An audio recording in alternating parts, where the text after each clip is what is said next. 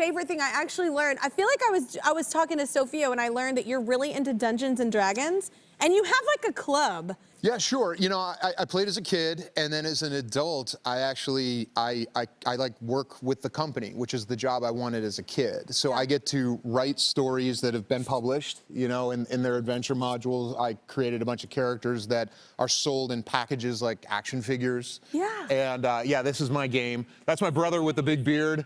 There's Big me. beard I built this whole ice castle on the dining room table. That's Tom Morello, the guitarist from Rage Against the Machine. Yeah. There's Vince Vaughn, This is crazy. Dan Weiss, co-creator of Game of Thrones, director Kyle Newman. That's Ryan Vernier, who helped to create League of Legends. That's my buddy George in the front, who's a great actor.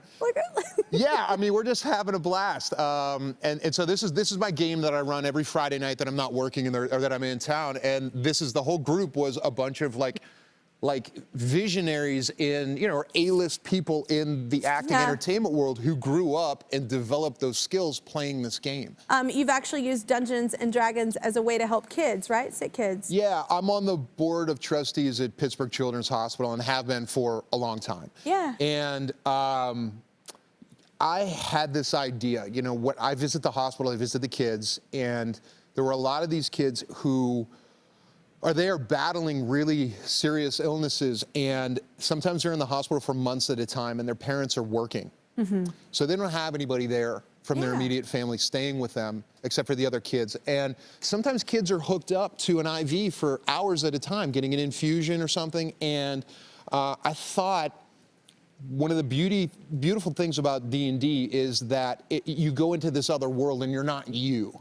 Yeah. And it's super immersive. That's why I like fantasy stuff like that. And I thought maybe that would work for the kids, that at least for a few hours they could not have to be them and deal with what they were dealing with and escape and play a character, and it worked. Yeah. And so I had Dungeons and Dragons send crates full of boxes, dice, and my brother and I went to the hospital and taught the kids how to play, and I dungeon mastered like an adventure with goblins and you know, things like that for them, and so cool. and they loved it.